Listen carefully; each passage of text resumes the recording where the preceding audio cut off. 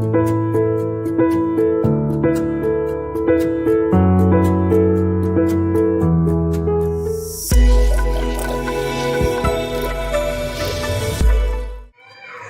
Everyone, welcome to Pi Classes और मैं हूं शाहरुख खान। और आप सभी लोगों का बहुत बहुत धन्यवाद कि आप लोगों ने हमारे सब्सक्राइबर जो 500 पार कर चुके हैं, और मैं चाहता हूं कि आप लोग और भी ज़्यादा सब्सक्राइब करें। बहुत से जो है वीडियो देखते हैं लेकिन सब्सक्राइब नहीं करते, तो प्लीज़ मेरी वीडियो को लाइक करें और मेरे चैनल को सब्सक्राइब ज़रूर करें। लास्ट वीडियो में जो थ्योरम थी अपनी 12.3 की 12.8 थ्योरम थी, उसको अपन एक्सप्लेन कर चुके थे, समझ चुके थे। तो आज अपन क्वेश्चंस इसके सॉल्व करेंगे 12.3 के क्वेश्चन नंबर 1 से। तो बिना किसी देरी के चलो शुरू करते हैं। 12.3 का क्वेश्चन नंबर फर्स्ट जो है वो ट्रू एंड फॉल्स यानी कि सत्य असत्य है। इसमें लिखा है कि प्रत्येक के लिए सत्य असत्य लिखिए और अपने उत्तर कारण भी दीजिए, मतलब अपने उत्तर का कारण भी देना, अपन को इसका वेरिफिकेशन भी देना है कि क्यों है ऐसा। तो फर्स्ट क्वेश्चन है, किसी जीवा द्वारा वृत्त पर स्थित किन्हीं दो बिंदुओं पर अंतरित कोण बराबर होते हैं।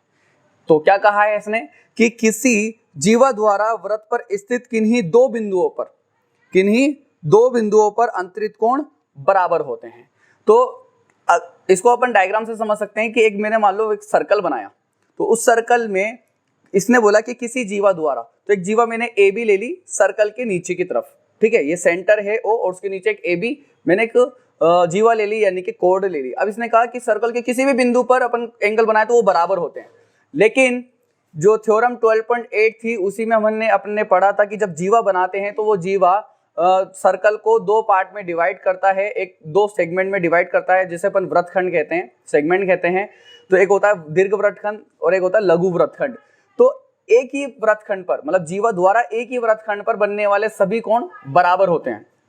जीवा द्वारा वृत्तखंड के एक ही तरफ बनने वाले सभी कोण बराबर होते हैं। तो इसने बोला किन्हीं दो का मतलब कहीं पर भी दो हो सकते हैं, तो वो तो एक तरफ हो सकता है, दूसरी तरफ वाला भी हो सकता है, तो ऐसा पॉसिबल नहीं है। तो ये फॉल्स यानी कि गलत है। सेकंड क्वेश्चन को समझ लेते हैं। सेकंड क्वेश्चन में बोला कि आकृति 12.48 में ए बी एक वृत्त का व्यास है। तो ये आकृति मैंने आपके सामने बना के रख रखी है यहाँ पर ऑलरेडी। ये 12.48 एक आकृति है जिसमें ए बी एक वृत्त का व्यास है और सी वृत्त पर कोई बिंदु है, तब AC बराबर AC square plus BC square is equal to AB square होगा।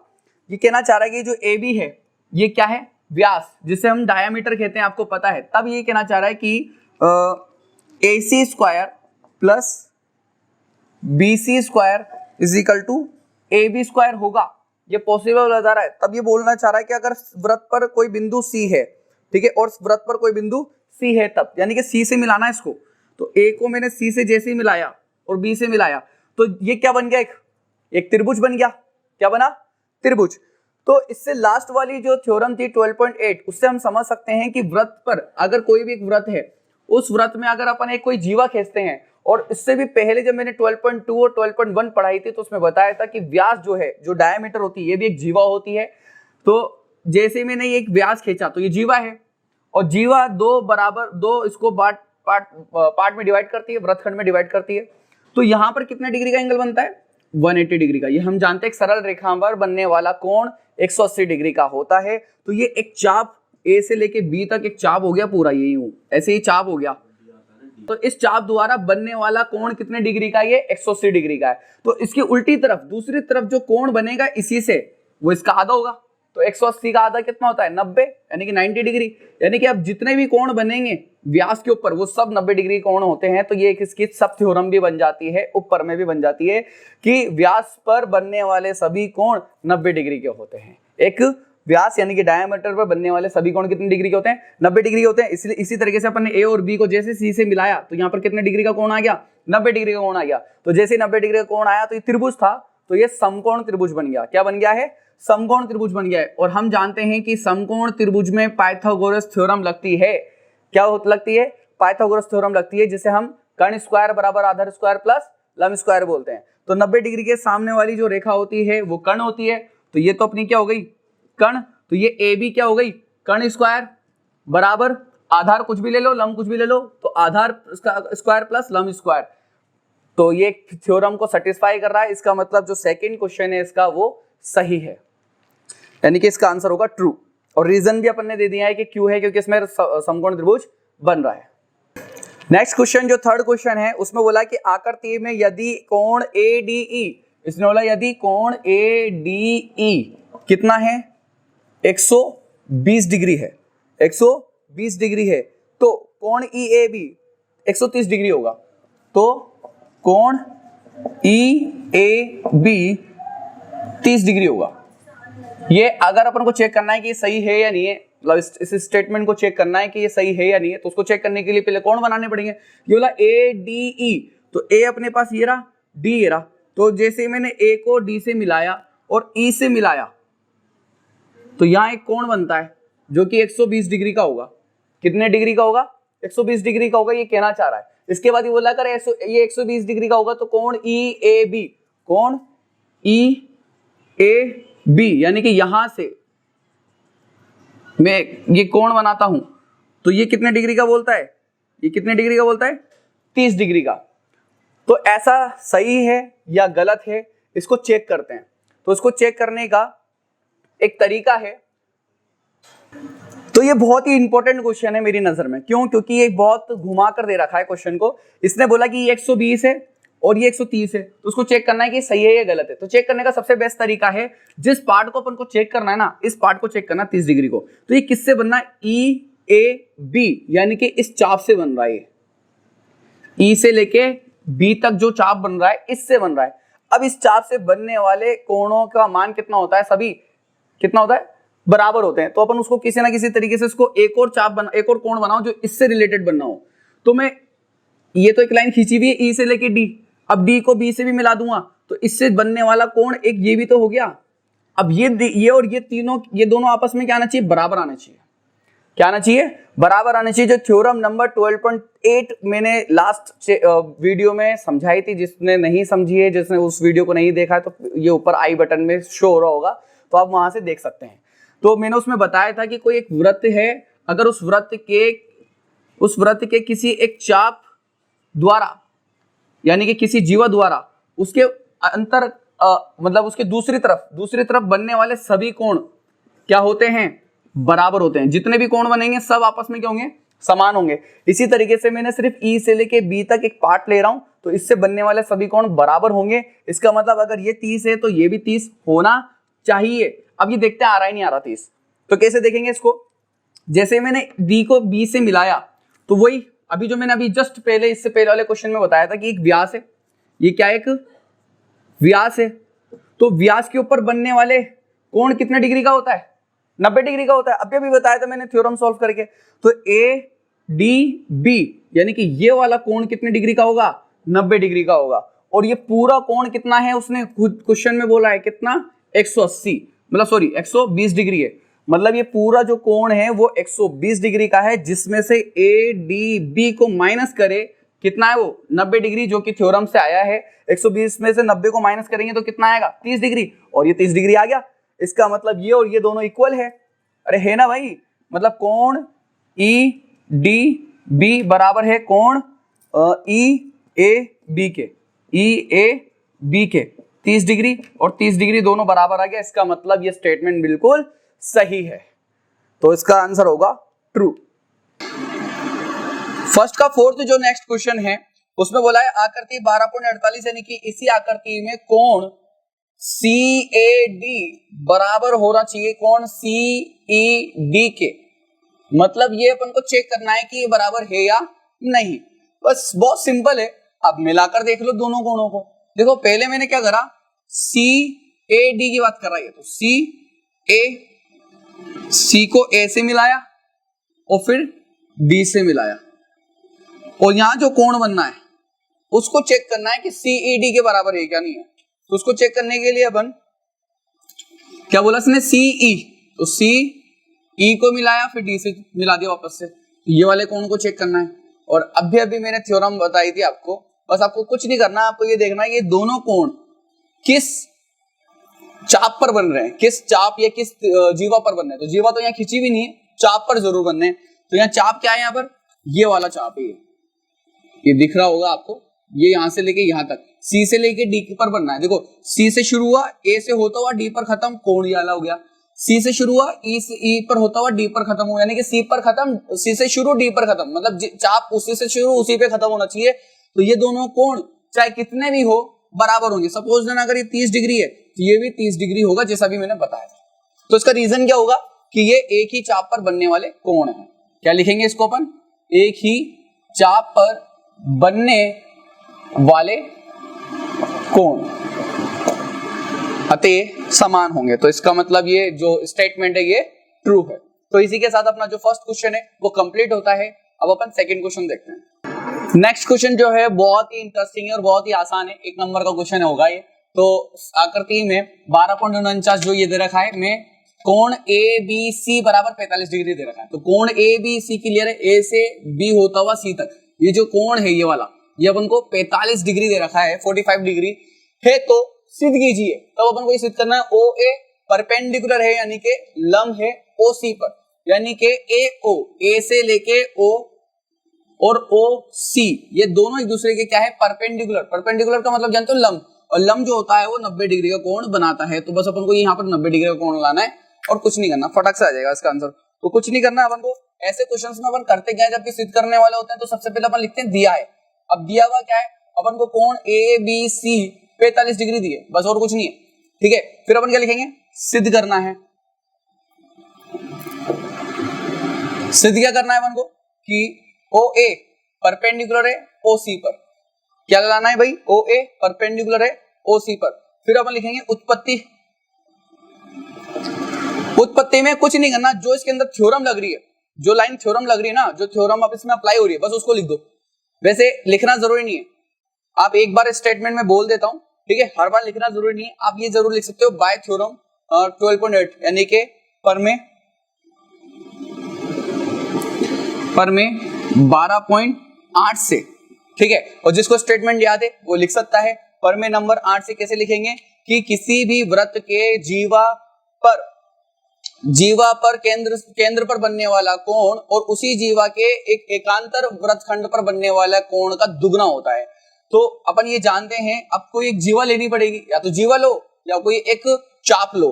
तो यहां से कोई चाप लेना पड़ेगा जो इन दोनों कोणों से रिलेटेड हो, यानी कि इन दोनों से उसका रिश्ता हो। तो एक ए बी सी यानी कि ए सी आ रहा है इसके अंदर, ए ओ सी इसमें भी ए सी आ रहा है। मतलब मेन जो ध्यान रखने वाली बात है ना वो ए सी है। ये जो ए सी चाप दिख रहा है ना, इसी के ऊपर बनना है दोनों कोण, ठीक है। अब हम जानते हैं कि किसी एक चाप द्वारा केंद्र पर बना कोण उसी चाप द्वारा दूसरी तरफ बने कोण का दुगना होता है। क्या होता है, दुगना होता है, डबल होता है। तो हम कह सकते हैं अगर ये 45 है तो ये डबल होगा, और 45 का डबल 90 होता है। तो ये तो आंसर आ गया, बस इसको लिखना है और कुछ नहीं करना है यहाँ पर। तो पर में 12.8 से अपन लिख सकते हैं कोण ए बी सी बराबर होगा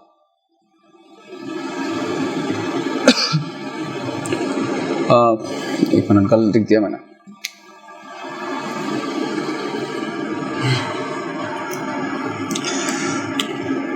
तो हम लिख सकते हैं कोण ए ओ सी बराबर होगा दुगना कोण ए बी सी का।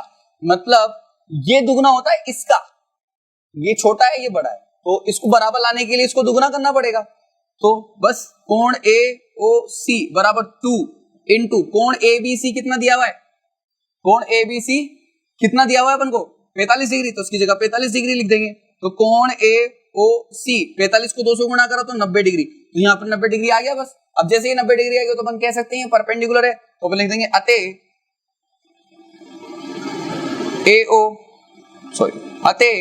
ओ ए परपेंडिकुलर है ओ सी के। बस ये आंसर हो गया, ठीक है। इसी के साथ बहुत ही अच्छे अच्छे क्वेश्चन है। तो आगे भी हम थर्ड क्वेश्चन को तो करेंगे, तो पहले इसको आप नोट कर लीजिए।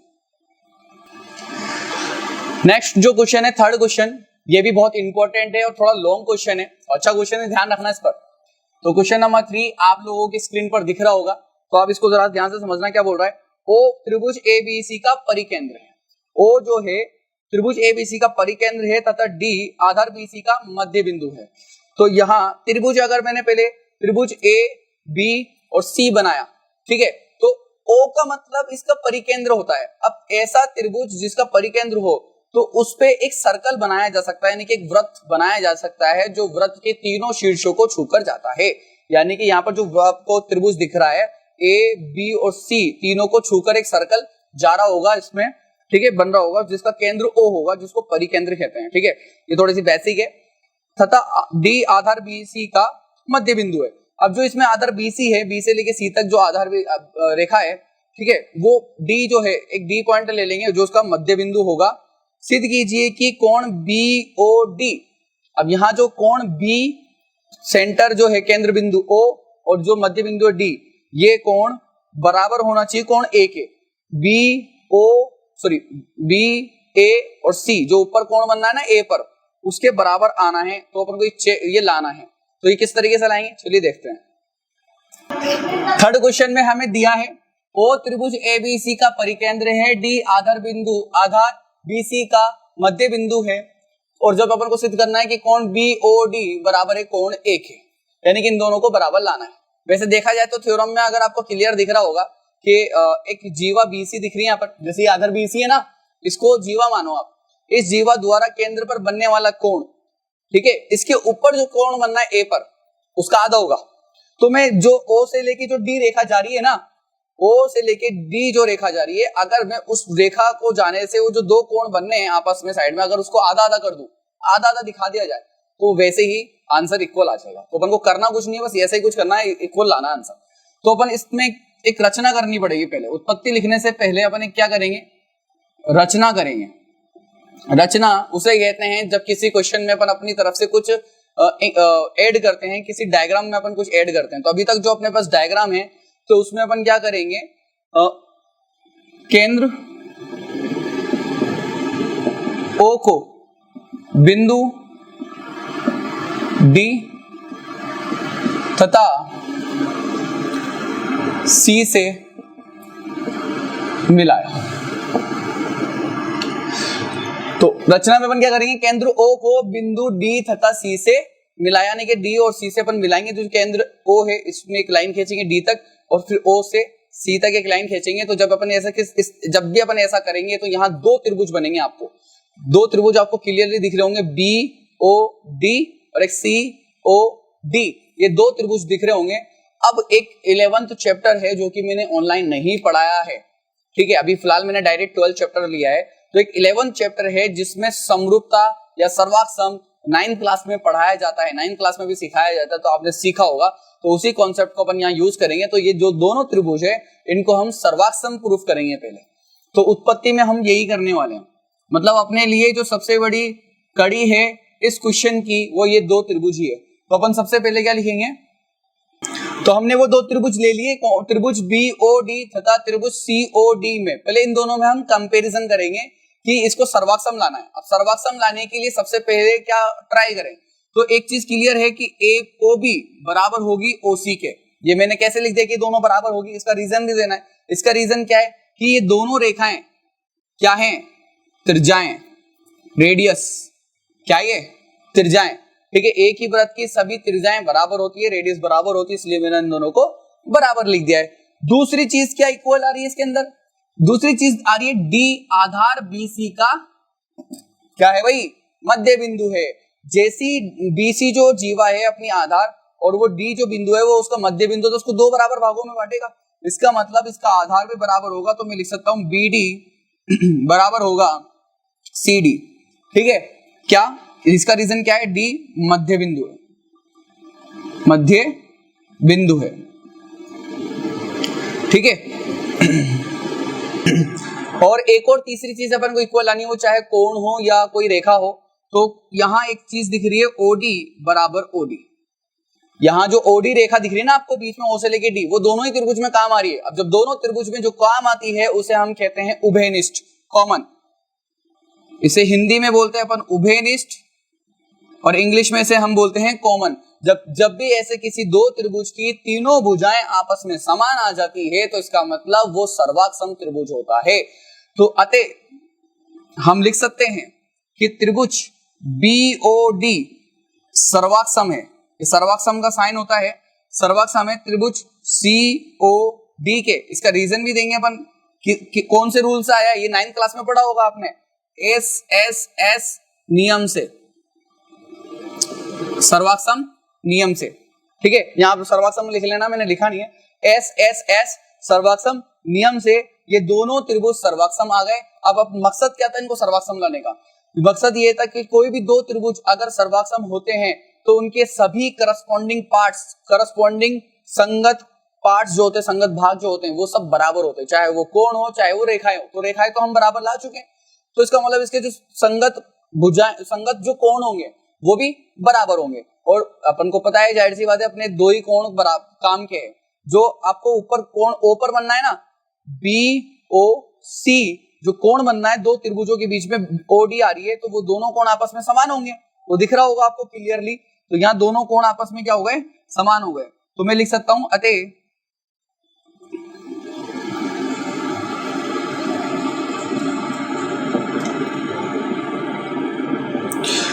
अतः कोण बीओडी बराबर होगा कोण सीओडी के। वो दोनों कोण आपस में क्या हो गए? समान हो गए। अब ये दोनों जो कोण हैं ये कोण बीओसी से मिल रहे हैं, मतलब बीओ, इन दोनों कोणों को जोड़ा जाए तो बीओसी बनता है। तो मैं लिख सकता हूं कोण बीओसी बराबर होगा, यानी कि पूरा कोण इसका दुगना होगा, मतलब इसका डबल कर दूं तभी, मतलब ये दोनों को जोड़ूंगा तभी तो ये आएगा भाई। इन दोनों को जोड़ेंगे तो ये पूरा एक कोण बन जाएगा, मतलब कोण बीओडी प्लस कोण सीओडी, इन दोनों को जोड़ता हूं तो ये इसके बराबर हो जाएगा। ठीक है, लेकिन अपने काम का क्या है? कोण बीओडी। अपने काम का कौन है? कोण बीओडी, तो इसी को रखेंगे अपन। तो कोण बीओसी ऐसा का ऐसे, कोण बीओडी ऐसा का ऐसे, इसको तो बचाना है। लेकिन इसकी जगह पे कोण सीओडी का मान कितना आ गया अपने पास? कोण सीओडी का मान आ गया अपने पास कोण बीओडी, तो उसकी जगह में कोण बीओडी रख सकता हूं। ठीक है, हाँ जी, देखिए ये तो दोनों प्लस होने पर क्या होगा? कोण बीओसी बराबर कोण बीओडी दोनों को प्लस करेंगे तो दो कोण बीओडी हो जाएगा। अब जैसे ये दो कोण बीओडी होगा तो दो मल्टीप्लाई में इसको इधर लेंगे तो डिवाइड में हो जाएगा, तो मैं इसको भाग में ले लूंगा, मतलब ये दो इधर गुणा में इधर आएगा तो भाग में, तो 1/2 कोण बीओसी बराबर कोण बीओडी हो जाएगा। मतलब बीओडी का मान हो गया बीओसी का आधा। बीओडी का मान क्या हो गया? बीओसी का आधा। बस इसको क्या करना है आपको? समीकरण 1 बनाकर छोड़ देना है। ठीक है, अब अपने आगे ये काम आ ही जाएगा। बाकी तो अब ये क्वेश्चन ऑलमोस्ट खत्म हो चुका है, बस अपन को थ्योरम अप लगानी है 12.8 पर में। अब देखिए सबसे मेन जो काम आने वाला है, अब अपन को कोण ए भी तो लाना है इस रोल के अंदर, मतलब इसमें कोण ए को तो बराबर लाना है इसके, ठीक है, इसके, सॉरी, हाँ इसी के लाना है। तो देखिए मैं लिख सकता हूं पर में 12.8 से, पर में 12.8 से जो ए कोण है वो जीवा बीसी के ऊपर की साइड बनना है। ठीक है, और जीवा जो बीसी है उससे एक केंद्र बिंदु ओ पर भी तो कोण बन रहा है, जो कि अपना वही है बीओडी बीओसी। कोण क्या है? बीओसी। ठीक है, तो केंद्र पर बनने वाला कोण ऊपर वाले का दुगना होता है, तो मैं लिख सकता हूं कोण बीओसी बराबर होगा ऊपर वाले का दुगना, कोण ए का दुगना, डबल। ठीक है, अब ये दो इधर गुणा में इधर आएगा तो भाग में, वो भी 1/2 कोण बीओसी हो जाएगा बराबर कोण ए बच जाएगा यहाँ पर भी। ठीक है, तो ये भी एक समीकरण 2 बनाकर छोड़ देंगे इसको। ठीक है, अब यहां जैसे दो समीकरण 2 बनाया तो एक क्लियर दिख गई, एक आप बात को क्लियर दिख रहा होगा समीकरण 1 तथा समीकरण 2 से। समीकरण 1 में भी 1/2 कोण बीओसी है और समीकरण 2 में भी 1/2 कोण बीओसी है, मतलब ये वैल्यू और ये वैल्यू सेम है, बिल्कुल एक जैसी है। अब ये इसके बराबर है और ये इसके बराबर है, तो ये दोनों भी आपस में क्या होंगे भाई? समान ही तो होंगे। ठीक है, बस तो फिर ये हो गया अपना आंसर समीकरण 1 व 2 से। तो अपन लिखेंगे अगर समीकरण 1 इसके बराबर है तो कोण बीओडी बराबर, समीकरण 2 में ये इसके बराबर है तो कोण ए, दोनों आपस में क्या आ गए? बराबर आ गए, और अपन को यही आंसर लाना था। ठीक है, तो ये अपना इसी के साथ क्वेश्चन कंप्लीट होता है, तो इसको जल्दी से आप नोट कर लीजिए। तो आज के वीडियो को हम यहीं समाप्त करते हैं। अब नेक्स्ट जो क्लास लगेगी आपकी कल, आपके पास वीडियो पहुंच जाएगी। आज मैंने क्वेश्चन कराया 1, 2 और 3। ठीक है, अब जो कल क्वेश्चंस कराएंगे 4 क्वेश्चन से स्टार्ट कर देंगे। बस आप लोग अप्रिशिएट करते जाइए और मेरी वीडियो को ज्यादा से ज्यादा शेयर करते जाइए। Thank you so much.